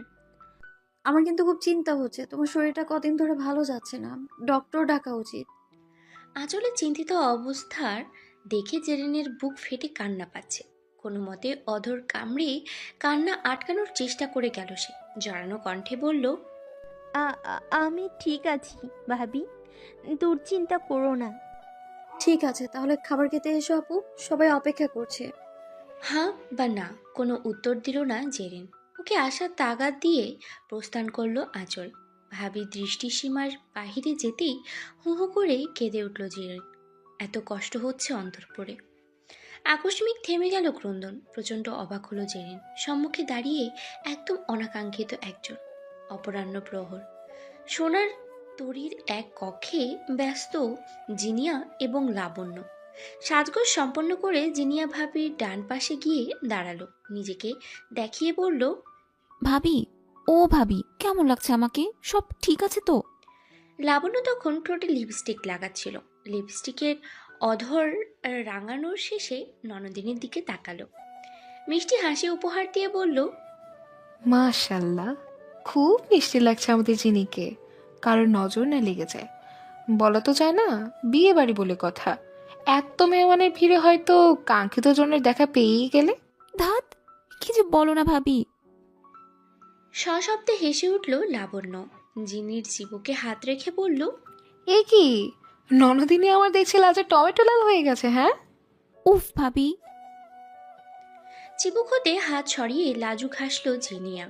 প্রশস্ত বদলাতে প্রসঙ্গ বদলাতে তৎক্ষণাৎ বলে উঠল, আমি যাই, দেখি আপুর হলো কিনা। ভাবিকে কিছু বলার সুযোগ না দিয়েই কক্ষ ত্যাগ করলো জিনিয়া। পেছন হতে শোনা গেল লাবণ্যর হাসি। আরশির সামনে দাঁড়িয়ে জেরিন, ওর পেছনে দাঁড়িয়ে জিনিয়া। বোনের খোপায় ফুল গুজে দিচ্ছে মেয়েটি। আরশিতে অশ্রুসিক্ত নয়নে নিজের প্রতিবিম্ব দেখে চলেছে জেরিন। তাচ্ছিল্য জানাচ্ছে নিজেকে নিজেই। কি ভাগ্য তার, যারে ভালোবেসে সুখের ভেলায় চড়ার স্বপ্ন দেখে এলো দিবারাত্রি, আজ তারই বিবাহে নিজেকে সাজিয়ে তুলছে সে। মুখশ্রীতে প্রসাধনী, খোপায় গুজে রাখা ফুল, দেহে জড়ানো আকর্ষণীয় পোশাক, এসব তো আজ শুধুমাত্র ওই মানুষটির জন্যই হতে পারত না ওই মানুষটি আজ একান্ত তার হতে। ভালোবাসা গ্রহণ করে তারা দুজনে কি একত্রে প্রেমময় নীড় করতে পারত না? পারত বোধহয়, কিন্তু সবচেয়ে ভাগ্য, তাকদীর, পূর্ব হতে ঠিক করা। সবটাই বুঝতে পারছে সে, তবুও এত যন্ত্রণা হচ্ছে কেন? কেন অগ্নিদগ্ধ হচ্ছে হৃদয়ের আনাচে কানাচে? অসহনীয় যন্ত্রণায় ছটফট করতে ইচ্ছে করছে। মনে হচ্ছে এই সাজ পোশাক সব তার দেহে জ্বলন সৃষ্টি করছে, জ্বালানি পুড়িয়ে ছারখার করে দিচ্ছে অন্তরস্থল। চিৎকার করে কাঁদতে ইচ্ছে করছে, ভেঙে দিতে মন চাইছে ওই বিবাহ। সকলের সামনে জোর গলায় বলতে ইচ্ছে করছে, এই মানুষটি শুধু আমার, এর উপরে আর কারোর অধিকার নেই, সে শুধু আমার আমার। হু হু করে কেঁদে উঠল হৃদয়। ছোট্ট বোনকে পাওয়ার আগেই অশ্রুবিদ্ধ মুছে নিল জেরিন। লালাপ আভা ছড়িয়ে পড়েছে চোখের সাদা অংশে, তবুও জোরপূর্বক মুখে হাসি ফুটিয়ে তুলছে সে। তাকে যে স্বাভাবিক থাকতে হবে, থাকতেই হবে স্বাভাবিক। অপরাহ্নর শেষ প্রহর, বন্ধুদের সহায়তায় বর বেশে তৈরি সাজিদ। আর সে সম্মুখে দাঁড়িয়ে নিজেকে নিজেই দেখে চলেছে। অধর কোণে লেপ্টে রয়েছে মৃদু হাসির রেখা। তা লক্ষ্য করে এক বন্ধু দুষ্টুমি করে বলে উঠল, কি মিয়া, অবশেষে অন্তরে বিয়ার ফুল ফুটেছে? মুখ থেকে তো হাসি সরতেই আছে না। বিয়ে করব না, শেষমেশ 28 আইসা বিয়ে করতে চাইতেছে। হাসব না তো কানবো। হাহা করে হেসে উঠল সকলেই, সাজিদ ব্যথিত। সে মুচকি হাসল। মিয়া, বিয়ে করতে চাইতেছো মনে সাইদা সাইদা সুইসাইড? তোমার জীবনের চাবিকাঠি তো আহন্তে ভাবির হাতে। হুম, ভুল বললি। আমরা মানুষ, আমাদের জীবনের একমাত্র চাবিকাঠি মহান স্রষ্টার কাছে। আমরা তার ইশারাতেই চলি। আর বাকি রইল রেমের কথা, সে তো মহান স্রষ্টার কৃপায় আমার সঙ্গিনী হতে চলেছে। আমরা ইনশাআল্লাহ হব একে অপরের দুঃখ সুখের সাথে। কেউ কাউকে কন্ট্রোল করার মনোবাসনা নিয়ে আজীবন পথ চলব না কিন্তু। বা বন্ধু, হেব্বি কইলা তো। ভাবি আমগো কিন্তু বেশ ভাগ্যবতী হইতে যাইতেছে। আচল, তোমাকে একটা কথা বললে মস্তিষ্কে সেটা ঢুকে না কেন? তোমাকে আমি পই পই করে বলেছিলাম বাইরে যাবে না, যাবে না। খুব বেশি দরকার হলে আমাদের কাউকে বলবে, সেটা না করে কি করলে? Do you have any idea আজ আর একটু হলেই কি কি হতে পারতো? আমি তোমায়। আর বলল না জাজবে। গটগট কদম ফেলে কক্ষ ত্যাগ করল। আর পিছনে রয়ে গেল অভিমানী এক রমণী। এই প্রথমবার, বিয়ের পর এই প্রথমবারের মতো মানুষটি ওর সাথে রুক্ষ আচরণ করল। দিকটিকর দিক জ্ঞানশূন্য হয়ে কথা শোনালো। এমনটা করতে সে পারল? একবারও ওর দিকটা বিবেচনা করে দেখলো না? ভুলে গেল আজ সে এত বড় বিপদের হাত হতে বেঁচে ফিরেছে। এই তার ভালোবাসা। অভিমানিনী কন্যার নেত্র কোণ বেয়ে টুপ করে দুফোঁটা অশ্রু গড়িয়ে পড়ল। মানসপটে ভেসে উঠল সেই ভয়াল মুহূর্ত। কালো গাড়ি হতে কয়েকজন মুখোশধারী বেরিয়ে এলো। অগ্রসর হতে লাগলো আঁচলের পানে। হতভম্ব মেয়েটি জড়ানো স্বরেই শুধালো, কে কে আপনারা? কি চান? আমার দিকে এভাবে এগোচ্ছেন কেন? ওপাশ হতে জবাবের বদলে বিদঘুটে হাসি শোনা গেল। ভয়ে হিমশীতল হলো মেয়েটির সারা কায়া। যেই না একজন মুখোশধারী ওকে স্পর্শ করবে, ঠিক তখনই ঘটল অপ্রত্যাশিত এক ঘটনা। বলিষ্ঠ দেহের অধিকারী এক মানবের লাথি খেয়ে ছিটকে পড়ল মুখোশধারী ব্যক্তিটি। প্রতিক্রিয়া ব্যক্ত করতে ভুলে গেল সহজ সরল মেয়েটা। যতক্ষণে মেয়েটা কিছু বুঝে উঠতে সক্ষম হলো, ততক্ষণে কামতামা মাটিতে লুটিয়ে যন্ত্রণায় ছটফট করছে মুখোশধারীর দল। আঁচল একবার তাদের দিকে তাকাচ্ছে, তো আরেকবার পাশে অবস্থানরত বিপক্ষ দলের দিকে তাকাচ্ছে। সে বুঝে উঠতে পারছে না সবেমাত্র কি থেকে কি হয়ে গেল। কারা ওর মিত্র আর কারাই বা শত্রুপক্ষ। ভীত সন্ত্রস্ত মেয়েটি ইতিউতি না ভেবে দ্রুত ছুটল বাড়ির উদ্দেশ্যে। আর বাড়ি ফিরতেই টর্নেডো হাজির। আজওয়াদ ইবতেসাম জাজবির কিভাবে যেন এই ব্যাপারে জানতে পেরেছে, আর ফলস্বরূপ কোথা হতে শুনতে হলো অবুঝ মেয়েটাকে। অভিমানী কন্যা বিছানায় উপর হয়ে বালিশে মুখ গুজে ক্রন্দনে লিপ্ত। এ বাড়িতে আসার পর থেকে একের পর এক অদ্ভুত কাণ্ডের সম্মুখীন হয়ে চলেছে সে। কখনো এনামুল সাহেবের হালকা আহত হয়ে বাড়ি ফিরছে, কখনো গুলিবিদ্ধ হচ্ছে জাজবির। বাড়িতে আবার মুখোশধারী ব্যক্তির আগমন আধার নিস্তব্ধ রাতে। এছাড়াও আরও কত কি ঘটে চলেছে, যার কোনো কারণ হেতু জানা নেই ওর। এর মধ্যে সবচেয়ে ভয়ঙ্কর কাণ্ড তো চাচা শ্বশুরের মৃত্যু। ওনাকে এমন নির্মমভাবে কে বা কারা হত্যা করলো? কি ছিল তাদের উদ্দেশ্য? পুলিশ এখন অবধি কিছুই জানতে পারেনি। না জানতে পেরেছে পরিবারের সদস্যরা। সবার মতো সেও যে অজ্ঞাত। স্পষ্ট বুঝতে পেরেছে কিছু তো রহস্য রয়েছে, কিন্তু কি সেই রহস্য তার জন্য চিরচেনা মানুষটি কখনো কখনো হয়ে উঠেছে অচেনা। আশাকুঞ্জ এখন আর আগের মতো হাসি খুশিতে মাতোয়ারা নেই। সুখে কাতর পরিবারের সদস্যরা কেমন গুমড়ে গিয়েছে। আকরাম সাহেব, আঁচল, তাওসিফ, জিনিয়া, হাসি খুশি মানুষগুলোকে আজ অচেনা লাগে। আগের মতো খুনসুটি নেই, হাসি ঠাট্টা নেই, সব কেমন স্তব্ধ। এর মধ্যে বেশি চোখে পড়ছে সদা উৎফুল্ল তাওসিফকে। ছেলেটা পিতৃশোকে বেশ ভেঙে পড়েছে। কদিনের মধ্যেই যেন ওর মধ্যে গভীর ভাব চলে এসেছে। চুপচাপ থাকছে, কখনো বা মা বোনের সাথে সময় কাটাচ্ছে, বাবার জন্য আড়ালে চোখের পানি ফেলছে, যা দেখে মন খারাপ হচ্ছে নিহার। মেয়েটা প্রিয় দুই বান্ধবীর পরিবারের এমন মুহূর্তে কয়েকবার এখানে এসেছিল, তখন লক্ষ্য করেছে হাসি খুশি মানুষটির করুণ দশা। আবেগে মেয়েটা এ দেখে না চাইতেও আবেগপ্রবণ হয়ে পড়েছে। মন খারাপ হলো বেশ। প্রবাহমান সময়ের স্রোতে এমনিভাবে প্রবাহিত হলো কয়েক মাস। ডাইনিং রুমে ব্রেকফাস্ট করছে পরিবারের সদস্যরা। বরাবরের মতোই চুপচাপ সকলে ব্রেকফাস্ট সেরে নিল। খাবার শেষে উঠে দাঁড়ালো জাজবের। আঁচলের উদ্দেশ্য বলল, আসছি আমি, ফিরতে লেট হবে, চিন্তা করো না, ঘুমিয়ে পড়ো, আল্লাহ হাফেজ। আঁচল সালাম দিল।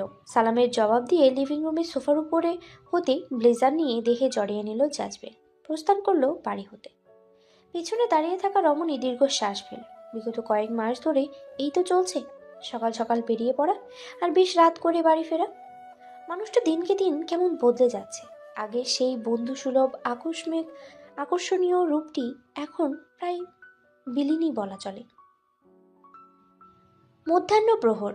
কাবাডে কুচকাচ করছিল আঁচল, ভাঁজ করে রাখছিল কাপড় চোপড়। হঠাৎ ওর হাতে লেগে নীল রঙা একটি ফাইল মেঝেতে লুটিয়ে পড়ল। চমকে গেল মেয়েটা। হাতে থাকা কাপড় সুন্দর করে কাবাডে রেখে নিচ হতে ফাইলটা হাতে তুলে নিল। নীল রঙা মোটা ফাইল, ওর উপরে শুভ্র ইংরেজি বর্ণে লেখা কনফিডেন্সিয়াল, অর্থাৎ গোপনীয়। মেয়েটার আগ্রহ বোধ হলো। আগ্রহ সহকারে ফাইল খুলল। চমকালো সমস্ত তথ্য ইংরেজিতে দেখে। পৃষ্ঠার পর পৃষ্ঠা উল্টে গেল, সবই ইংরেজিতে লেখা। ধপ করে নিঃশ্বাস ফেলে শুরুর পৃষ্ঠায় গেল আঁচল। 2 লাইন পড়তেই ও চোখে পড়ল বোল্ড করে লেখা একটি শব্দে, সিএ। ইংরেজিতে 2টি শব্দ পড়তেই পিলে চমকে গেল আঁচলের। রুমের দিকে কেউ আসছে। তড়িঘড়ি করে ফাইলটা কাবার্ডে রেখে দিল সে।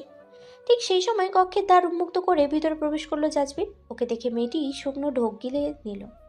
অনুভব করতে পারল সে জল কপাল ছুঁয়ে ছুঁয়ে গড়িয়ে পড়ছে। প্রচণ্ড গরম লাগছে। এবার দম বন্ধ হওয়ার উপক্রম। বলিষ্ঠ দেহের অধিকারী মানুষটা ওর পানের অগ্রসর হচ্ছে যে। মেয়েটার পিঠ ঠেকে গেল কাবার্ডের দেহে। ওর ঠিক সম্মুখে এসে দাঁড়ালো জাজবির। ভ্রুকুচকে বলল, এভাবে দাঁড়িয়ে আছো কেন? সরে দাঁড়াও, ড্রেস নেব। মেকি হেসে আঁচল কিছুটা সরে গেল। জাজবির কাবার্ডের দ্বার উন্মুক্ত করে নিজ পোশাক নিয়ে নিল। দ্বার বন্ধ করে তোয়ালে সহকারে ওয়াশরুমের দিকে পা বাড়ালো। এতক্ষণে স্বস্তির নিঃশ্বাস ছাড়ল মেয়েটা। দম বুঝি বন্ধ হয়ে আসছিল। বুকে হাত রেখে ঘন শ্বাস ফেলে বিছানায় গিয়ে বসলো। বদ্ধ কাবার্ডের দিকে তাকিয়ে মনে মনেই আওড়ালো, সিএ। এরপর কি ছিল? কি ছিল? পুরো শব্দটা যাকে না ওভাবে হাইলাইট করা। দেখতে হচ্ছে তো। উনি ফ্রেশ হয়ে বাইরে বের হলেই দেখে নেব। আঁচল যখন সুযোগের অপেক্ষায়, তখন ওয়াশরুম হতে বেরিয়ে এলো জাজবির। সিক্ত কেশে তোয়ালে চালিয়ে তা যথাস্থানে রেখে দিল। আরশির সামনে দাঁড়িয়ে স্বল্প সময়ের মধ্যেই ফিটফাট হয়ে গেল মানুষটা। একদম ফর্মাল লুকে রেডি হয়ে পিছে ঘুরে অর্ধাঙ্গিনীর পানে তাকালো। গম্ভীর স্বরে বলল, আসছি, সাবধানে থেকো। আসসালামু আলাইকুম। ওয়ালাইকুম আসসালাম। আঁচল দোতলা স্বরেই বলল। এবার ওকে চমকে দিয়ে কাবার্ড খুলে সেই নীল ফাইলটা বের করলো জাজবে। তার অফিসিয়াল ব্যাগে ল্যাপটপের পাশে ফাইলটা নিয়ে নিল। অতঃপর বিদায় নিল কক্ষ হতে। চোখের সামনে ফাইলটি হাতছাড়া হয়ে গেল। দুঃখে কাতর হয়ে গেল মেহরোজ আঁচল। ইস, ফাইলটা এভাবে হাতছাড়া হয়ে গেল। ইয়া আল্লাহ, ওনার ফাইলটা আজকেই দরকার পড়লো। ঘন্টাখানেক পর নিলে কি এমন ক্ষতি হতো? আমি ততক্ষণে পড়ে ফেলতাম। এবার জানবো কি করে সিয়ে দিয়ে কোন শব্দ ছিল। ঠিক মতো দেখতেও তো পারলাম না, জানতেও পারলাম না এত গোপনীয় ফাইলের গোপন তথ্য। ধুর, আমি না আস্ত একটা বোকা। মেয়েটা আজ অনুধাবন করতে পারলো সে বোকা। কলেজের সামনে এসে দাঁড়ালো কালো রঙের গাড়িটি। গাড়ি থেকে নেমে এলো আঁচল। মেয়েটার পরনে নেভি ব্লু রঙের চুড়িদার এবং ম্যাচিং হিজাবে আবৃত দ্বিগল কালো কেশ। চোখে মুখে মন খারাপের আভাস। জিনিয়ার কি যে হয়েছে আজকাল, কেমন অদ্ভুত আচরণ করে বেড়াচ্ছে। কলেজ মিস দিয়ে বন্ধুদের সাথে ঘুরে বেড়াচ্ছে। যদিও বা চাচুর মৃত্যুর পর তা অনেকাংশেই হ্রাস পেয়েছে, তবুও ক্লাস বাঙ্ক করে এত কোথায় ঘুরতে যায় সে। আজও এলো না। কোনো বান্ধবীর সাথে শপিংয়ে যাবে বলল। আঁচল একাকী হাঁটতে হাঁটতে কলেজ ক্যাম্পাসে চলে আসলো। আজকে একটু তাড়াতাড়ি চলে এসেছে সে। ক্লাস শুরু হতে এখনও 20 মিনিট বাকি। এতটা সময় সে করবেটা কি? নেহাও বোধ হয় এখনও আসেনি। মেয়েটা আনমনে যখন এসব ভাবছিল, তখন ওকে পেছন থেকে ডেকে উঠল একটি ছেলে কণ্ঠ। পিছু ঘুরে তাকালো আঁচল। দেখতে পেল ওদের জুনিয়র একটি ছেলে দাঁড়িয়ে। আঁচল অস্বস্তি অনুভূত হওয়া সত্ত্বেও সালাম দিল। সালামেও জবাব দিয়ে ছেলেটা বলল, সরি আপু, বিরক্ত করার জন্য। প্লিজ কিছু মনে করবেন না। কৃষ্ণচূড়া গাছতলায় আপনাকে একজন ডেকে পাঠিয়েছে। আমাকে কে ডেকেছে? তা তো জানি না, সে আপনাকে যেতে বলেছে। আপনি নাকি তাকে চেনেন। বিদায় নিল জুনিয়র ছেলেটা। চিন্তায় পড়ে গেল আঁচল। ওকে কে ডেকেছে? যাবে নাকি যাবে না, দুটানাই পড়ে গেছে। হুট করে কিছু একটা মনে পড়ল। আঁচল কৃষ্ণচূড়া গাছতলার দিকে অগ্রসর হতে লাগলো। কৃষ্ণচূড়ার তলায় লালাবাচ্ছাদন অজ্ঞাত এক নারী মূর্তি অপেক্ষায় দাঁড়িয়ে। পিছনে এসে দাঁড়ালো আঁচল। সালাম দিয়ে পড়ল, আমাকে কেন ডেকেছেন? পিছু ঘুরে তাকালো সে অজ্ঞাত নারী। পরনে লাল লং কুর্তি, জিন্সের প্যান্ট, চোখে রোদ চশমা, লম্বা স্কার্ফে আবৃত মুখশ্রী। আঁচল জিজ্ঞাসু নয়নে তাকিয়ে নারী মূর্তিটি মিষ্টি হাসি উপহার দিয়ে বলে উঠল, শুভাকাঙ্ক্ষী হিসাবে আসতেই হতো, তাই না? বিগত 15 দিনে 2 বার এসেছেন। আমি তখনও বলেছি, আবারও বলছি, আমি কোনো কথা বলতে ইচ্ছুক নই। যেতে পারেন আপনি। এই বলে আঁচল চলে যেতে উদ্যত হতেই সে অজ্ঞাত নারী পিছন থেকে বলে উঠল, সত্যিটা জানার সৎসাহস নেই বলে চলে যাচ্ছেন, নাকি ইতিমধ্যে স্বামীর কুকর্ম সম্পর্কে জানেন, জেনেও সাপোর্ট করছেন? স্বামীর কুকর্ম? পিলে চমকে উঠল মেয়েটার। তৎক্ষণাৎ ঘুরে দাঁড়ালো আঁচল। নারীর পানে তাকিয়ে কঠিন স্বরে বলল, উল্টোপাল্টা কি বলছেন? এসব কিসের কুকর্ম? সত্যি জানেন না? আপনার জন্য কষ্ট হচ্ছে ম্যাম। এত বড় ধোঁকা সইবেন কি করে? বিশ্বাস করুন, আপনাকে কষ্ট পেতে দেখতে ইচ্ছে করছে না, কিন্তু কি করব বলুন? আপনার একজন শুভাকাঙ্ক্ষী হিসাবে আপনাকে তো সত্যিটা জানাতেই হবে, তাই না? আঁচল কেমন ঘেমে যাচ্ছে। অজানা ভয় আঁকড়ে ধরছে আষ্টে পিষ্টে। কি এমন সত্যি যে তার অজানা? এরপর স্বামীর কুকর্ম? কি বলতে চাইছেন ইনি? মেয়েটার বুকের ভেতরে ধুকপুক ধুকপুক করে চলেছে। গাছতলায় দাঁড়িয়েও বুঝি রোদের ঝলসে যাচ্ছে সে। নারীটা শুধালো, ম্যাম, আপনার স্বামীর পেশা কি আপনি তো তা জানেন, তাই না? আফসোস, শিও এর আড়ালে ওনার কুকর্মের অভাব নেই। না। ঘেমে নিয়ে একাকার অবস্থা গৌরবর্ণের মুখশ্রী। লালাব আভা ফুটে উঠল মুখের সর্বত্র। অজ্ঞাত সেই নারী প্যান্টের পকেট হতে হাত ঢুকিয়ে মোবাইল বের করলো। একটি ফাইলে প্রবেশ করে তা আঁচলের পানে এগিয়ে দিল। ওকে এক একটা স্লাইড দেখাচ্ছে আর বলতে লাগলো, এই ডকুমেন্টগুলো দেখুন ম্যাম। এখানে প্রুফ রয়েছে মিস্টার আজওয়াদ ইবতিসাম জাজবির বেশ কিছু অপরাধে জড়িত। এর মধ্যে নারী পাচার, অর্গান ট্রাফিকিং আর ড্রাগ সাপ্লাই অন্যতম। ওনার বিরুদ্ধে পুলিশের আরও সন্দেহ রয়েছে, তদন্ত চলছে। আশা করা যাচ্ছে শীঘ্রই আরও কুকর্মের প্রমাণ পাওয়া যাবে। আপনি কি করে ভাবলেন আমি এইসব বিশ্বাস করব? মিথ্যা এগুলো। আমার স্বামী বীর সাহেব, উনি এমন কোনো অন্যায় কাজ করতেই পারেন না। উনি একজন সৎ ব্যবসায়ী, সঞ্জীবনীর সিইও সে। নারীটি মৃদু হাসল, মোবাইল সরিয়ে বলল, ম্যাম, ওনার উদারমনাভাব, অসংখ্য অনুদান, উন্নয়নমূলক কাজে অংশগ্রহণ, জনসেবা এসব মিথ্যা, লোক দেখানো মাত্র। উনি তো আপনাদের গ্রামে হাসপাতাল নির্মাণ করেছিল, তাই না? আপনি কি জানেন ওই হাসপাতালেও অর্গান ট্রাফিকিং চলে? ওখান থেকে গ্রামের সহজ সরল কিছু মানুষের শরীরের অঙ্গ প্রত্যঙ্গ দেশে বিদেশে পাচার করা হয়। আর আপনার আঙ্কেল এনামুল, উনিও তো এসবে জড়িত ছিলেন। তাই তো বিপক্ষ এক মাফিয়া দল ওনাকে মেরে দিয়েছে। ওনারা চাচা ভাতিজা এক মাফিয়া দলের লিডার, মারাত্মক ভয়ঙ্কর। ওনারা নিজেদের স্বার্থ সিদ্ধির জন্য যে কিছুই করতে পারে। একটু দম নিয়ে পুনরায় বলতে লাগলো, আপনি তো কিডন্যাপ হয়েছিলেন, তাই না ম্যাম? সেন্ট মার্টিনের ঘটনার পেছনে কারা দায়ী জানেন?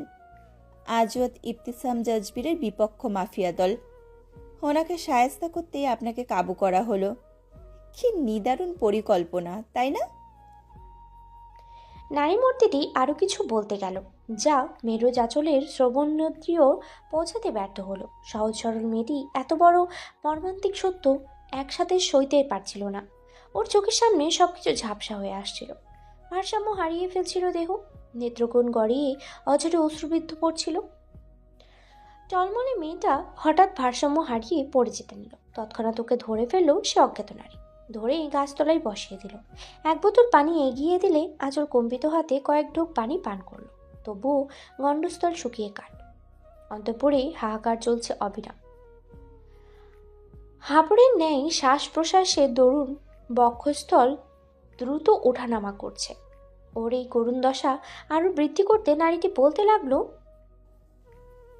একটু শান্ত হন ম্যাম, এখনই ভেঙে পড়লে চলবে? আরো কঠিন নির্মম এক সত্য যে এখনো বাকি আছে।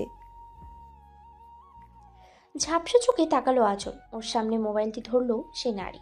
যান্ত্রিক পর্দায় ভেসে উঠল কিছু অনাকাঙ্ক্ষিত অশ্লীল মুহূর্ত। শিউরে উঠল মেয়েটির সারা কায়া। ঝঙ্কার সৃষ্টি হলো অভ্যন্তরে। থমকে গেল অশ্রুবিন্দু। চারপাশ যেন স্তব্ধ। কলিজায় বুঝি শক্ত কামড় পড়ল। বিষাক্ত ছুরির আঘাতে ছিন্নভিন্ন কোমল নারীর হৃদয়। তিতির করে কাঁপছে অশ্রুধার। কিছু বলতে গিয়েও ব্যর্থ হলো। কণ্ঠনালীতে শব্দগুলো বদ্যি পাখির ন্যায় ডানা ঝাপটাচ্ছে। বাক্যমালা কেউ বুঝি দেয়ালের আড়ালে ধামাচাপা দিয়েছে, তবু যন্ত্রণায় শ্বাস নিতে কষ্ট হচ্ছে। চোখ মুখ শুকিয়ে নিবর্ণ দশা, কেঁপে কেঁপে উঠছে সারা কায়া। চোখে মুখে অবিশ্বাসের ছাপ। অজ্ঞাত নারী মোবাইলের পর্দায় একের পর এক বেশ কিছু অশ্লীল কুরুচিপূর্ণ ফটো এবং একটি ভিডিও দেখাচ্ছে, যা চোখে দেখাও পাপ, কষ্টকর, যন্ত্রণাদায়ক। দেখলেন ম্যাম, এই হলো আপনার ফুলের মতো চরিত্রবান স্বামীর প্রকৃত রূপ। বহু নারীতে আসক্ত সে, রাতের পর রাত কাটিয়েছে অগণিত নারীর সঙ্গে। আপনি তার জীবনের প্রথমা নন। আপনার আগে বহু নারী তাকে গভীরভাবে ছুঁয়েছে, সেও গভীরভাবে ছোঁয়ায় ভরিয়ে দিয়েছে অগণিত নারী দেহ। এমনকি তার জন্মদাত্রী মাকেও সে নিজের হাতে। আর বলা হলো না। দ্রুত পায়ে সেটা হতে ছুটে বেরিয়ে গেল আঁচল, এক দৌড়ে ক্যাম্পাসের বাইরে। নিজস্ব গাড়ির চিন্তা বাদ দিয়ে মেয়েটা একটা ট্যাক্সিতে উঠে বসলো। মুখে ওড়না গুজে নিজেকে সামাল দেওয়ার শতভাগ চেষ্টা চালিয়ে গেল নিরীহ মেয়েটি। দ্রুত পায়ে আশা কুঞ্জে প্রবেশ করলো আঁচল। বহু কষ্টে এখনো অবধি নিজেকে সামলিয়ে রাখতে সক্ষম হয়েছে। মেয়েটা যেই না লিভিং রুম ক্রস করবে, তখনই পাশ থেকে ডেকে উঠল আকরাম সাহেব। আচল মা, আজ এত তাড়াতাড়ি ক্লাস হয়নি? না বাবা। ও আচ্ছা, যা রুমে গিয়ে ফ্রেশ হয়ে নে, এরপর নিচে আয়। বলতে দেরি, কিন্তু মেয়েটার ছুট লাগাতে দেরি করলো না। বেচারা আকরাম সাহেব টেরও পেলেন না বৌমার বিধ্বস্ত মনোভাব। ওয়াশরুমের দরজা আটকে বেসিনের উপরে 2 হাত ভার ছেড়ে দিল আঁচল। এতক্ষণের জমিয়ে রাখা যন্ত্রণা অবশেষে প্রকাশ পেল। চিৎকার করে কেঁদে উঠল মেয়েটি। ক্রন্দনের ফলে কম্পিত হচ্ছে সম্পূর্ণ কায়া, মুখশ্রী মারাত্মক লালাব বর্ণে আচ্ছাদিত। চিৎকার করে কেঁদে চলেছে মেয়েটি।